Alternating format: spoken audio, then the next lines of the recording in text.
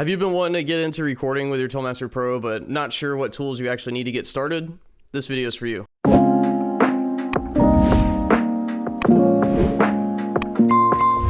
According to my video analytics, about 60% of you who watch these videos aren't subscribed. So if you could help me reach my goals of 15K by the end of 2025, I would greatly appreciate it. All right, so a lot of you guys snag a Toolmaster Pro and you realize, wow, this is an amazing rig for playing live, but now I kind of want to get into production. What do I need? What are the tools that I actually need to get the job done? In this video, I'm going to give you a rundown of all the tools you need to start producing your own music as a guitar player using the Toolmaster Pro. So the first thing you're going to need is some type of DAW or digital audio workstation. The DAW I really recommend for most people to get is Logic Pro. Now Logic Pro does require you to have a Mac, either a MacBook Pro or honest to God, get a Mac Mini. You can get a really powerful Mac Mini for less than $1,000. And Logic Pro honestly will save you a lot of money in the long run because a lot of the stock plugins are actually really good tools, whereas on some DAWs the stock plugins I'm just like not even worth downloading. I'm going to use my own. Once you have Logic Pro, the biggest thing I recommend is keeping things simple. If you want more Logic Pro tips to help you get started, let me know in the comment section. The second thing you really need is a good drum plugin. The stock drummer in Logic Pro isn't bad, so if you just want to get up and going and just start getting your feet wet with production, stay with the AI drummer. However, I really recommend you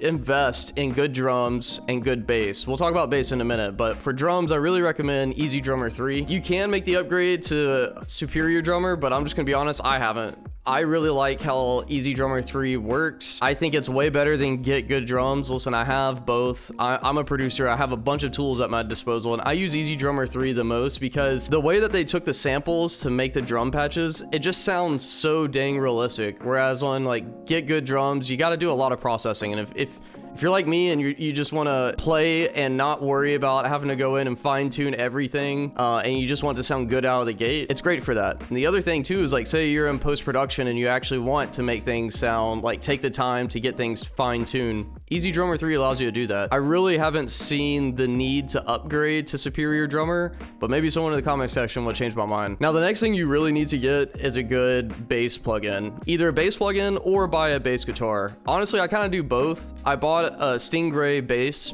used for like less than 300 bucks and it's been great, but honestly I've been using bass a lot more lately, and that is strictly because it's MIDI controlled. So if I've got a guitar in my lap and I just need to get ideas out quickly, I am proficient enough with a keyboard where I can play my bass grooves on a keyboard and it sounds good. And if you're not proficient with keys, you can also program it in using MIDI. With that, you do need a MIDI controller, so I'll show you the MIDI controller I use personally. The other thing you need to consider getting is a MIDI controller. The one I use is the Arturia Essential 49, I believe is the name of it. It's less than $300. I think I paid $120 for it, but I also traded in a keyboard, so I think they're around $200 new. This one's great because it has a bunch of scripts written once you download the software suite, where I jump in between Ableton and Logic Pro, just depending on which client I'm working on or which project I'm working on. But it has scripts built into it in the firmware that allow you to control your DAW straight from here, and I can't tell you how useful that is, especially when I'm in a songwriting mode. I got to move quick. The other thing is another VST or virtual studio technology I really recommend you get is some type of synthesizer. I use Arturia's synthesizers. I have the whole Analog 5 collection. If you look at the price tag, it might seem really expensive. I think I got mine on Black Friday for 200 bucks, and just one of those synthesizers alone is like 5 grand plus, so really good bang for your buck. But the thing that I love about this MIDI controller, and I guess all of them can do it, but the Novation one I had, it took me like 2 or 3 steps to get here. With this, it's just plug and play, and I'm able to control my synthesizers as if it's analog.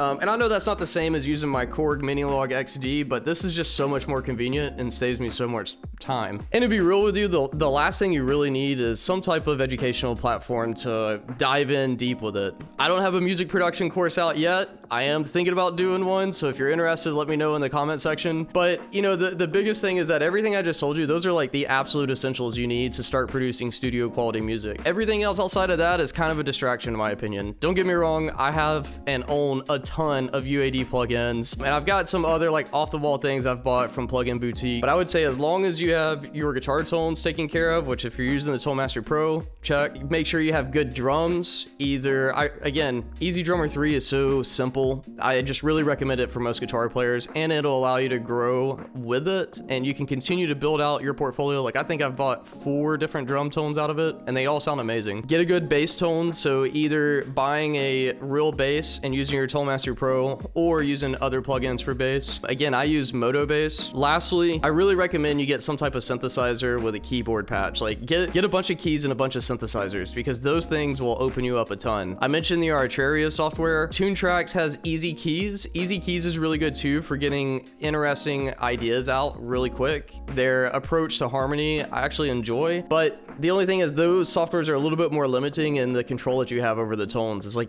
you're stuck to their presets with a little bit of tweaking and that's it. Whereas built-in Logic pianos are pretty good, and honestly the Arturia pianos are really good as well. But hey, I hope this video helps. I hope it at least gets you in the right direction. If it did, let me know in the comment section, and I'll see you in the next video. Peace.